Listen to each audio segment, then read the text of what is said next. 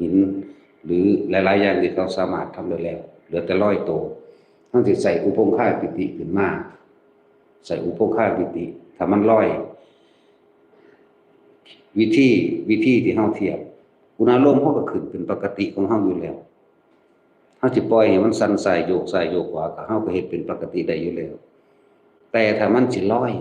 ก็ต้องปล่อยมันเป็นปกติเหมือนจับจุดอุณหภูมิเข้าใจบ่แต่ว่าไปแอบเฮ็ดอยู่ผู้เดียวอยู่ในกุฏิหม้องใดหม้องหนึ่งหรือในกฎก็เฮ็ดไปเถอะว่างจิตเหมือนกับเฮาทำความรู้สึกรู้ได้กับแค่อุณหภูมิเกิดอันนี้ก็มันก็เป็นแค่อาการปิตินึงเด้อุปงค่านี่ก็ดีมันก็ทำให้กายลอยขึ้นแต่ว่าพวกนี้ถ้าบ่มั่นใจก็ประกอบไปด้วยจุลคันธาระใส่คาถาหรือวิชาหรือคำบริกรรมของจุลคันธาพวกนี้พวกผู้หญิงอย่าเพิ่งเฮ็ดมันบิดวาด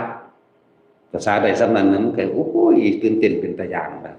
ตาตีตาล่างสาของเล่นสำนั้นนั้นพวกผู้หญิงมันสิ